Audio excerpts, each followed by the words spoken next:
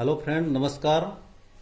जैसा कि मैंने पहले वादा किया था कि मैं आने वाले दिनों में जल्दी नए नए ज्ञानवर्धक वीडियो डालता रहूंगा, तो इसी क्रम में आज लेकर आया हूं मैं वैदिक गणित का एक सूत्र विलोकनम निश्चय घनमूल ज्ञात करना।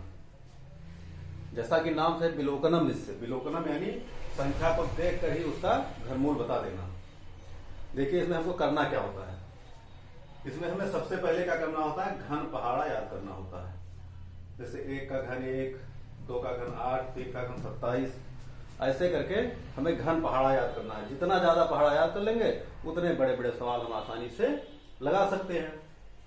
तो यहां पर हमने केवल 10 तक घन पहाड़ा लिखा है, जिससे 6 अंकों तक की संख्याओं का घनमूल लगा सकते हैं।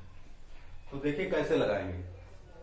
हमको सबसे पहले यहां पर हमने कुछ उदाहरण में कुछ संख्याएं लिख ली हैं। तो इसमें जो सबसे पहला उदाहरण है यह है 3,07,63। तो 3,07,63 का घनमूल हमको निकालना है। तो क्या करना है, सबसे पहले दाहिने के 3 अंक हमको अलग कर देने हैं। दाहिने के 3 अंक हमने अलग कर दिया। अब देखते हैं कि ये जो दाहिने के 3 अंक हमने अलग किए हैं उसके इकाई के स्थान पर क्या पड़ता है। तो इसके इकाई के स्थान पर यहां कितना पड़ता है, 3 पड़ता है। अब देखेंगे जो हमने घन पहाड़ा याद किया है, घन पहाड़ा लिखा है, वैसे तो याद करना है, लेकिन जो हमने यहां पर घन पहाड़ा लिखा है उसमें 3 इकाई के स्थान पर कहां पड़ता है, यहां पड़ता है 343 में।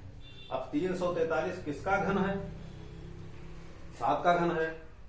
तो 343 का घनमूल 7 होगा। तो यहां इकाई के स्थान पर 3 है, इसका मतलब कि इसका जो भी घनमूल होगा उसके इकाई के स्थान पर 7 होगा। तो 7 लिख दिया। अब इधर जो बची संख्याएं 3 अंकों को निकालने के बाद इधर 3 अंक की संख्याएं बची, इसमें क्या है 300। अब 300 देखेंगे इस घनपहाड़ा में कहां पर पड़ता है।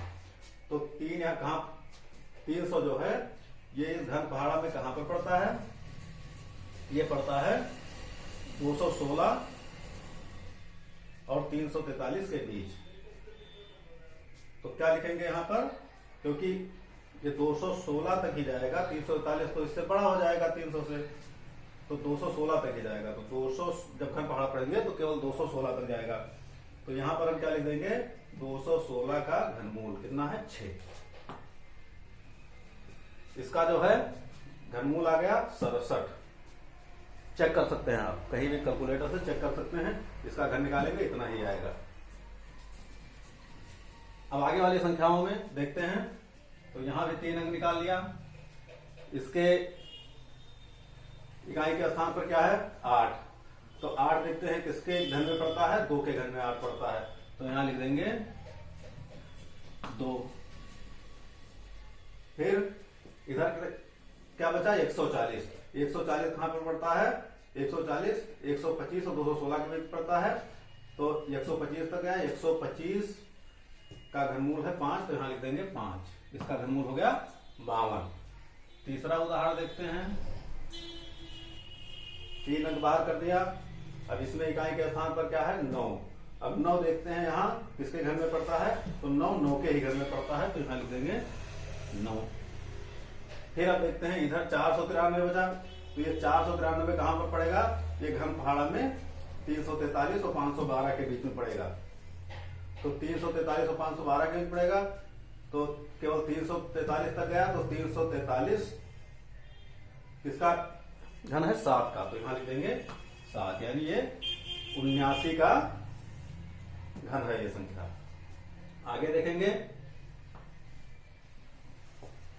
यहां है 056, आखिरी 3 अंक 056। इसमें इकाई के स्थान पर 6। अब 6 यहां पर देखें कहां पड़ता है, 6 में पड़ता है। 6 लिख दिया। अब बाकी जो होता है 636 है। 636 कहां पर पड़ेगा, 512 से ज्यादा, 729 से कम।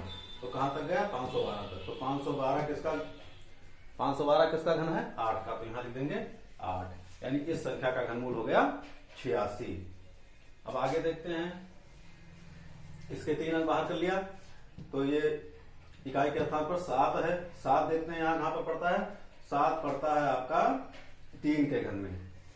तो यहां लिख देंगे 3, 7 पड़ता है 3 के घन में, तो यहां पर लिख देंगे 3। अब बाकी बचा 804, तो ये 804 कहां पड़ेगा, 729 से बड़ा है, 1000 से छोटा है, तो कहां तक गया, 9 तक। यहाँ का दहाई के स्थान पर कितना लिख देंगे, 9। इस प्रकार हम संख्याओं का घनमूल निकाल सकते हैं, लेकिन याद रखिए कि ये विधि तभी लग सकती है जब संख्या पूर्ण घन हो। अगर पूर्ण घन संख्या नहीं होगी तो हम ये विधि नहीं लगा सकते हैं, इसलिए हमेशा इस विधि की ट्राई पूर्ण घन संख्याओं में ही करें।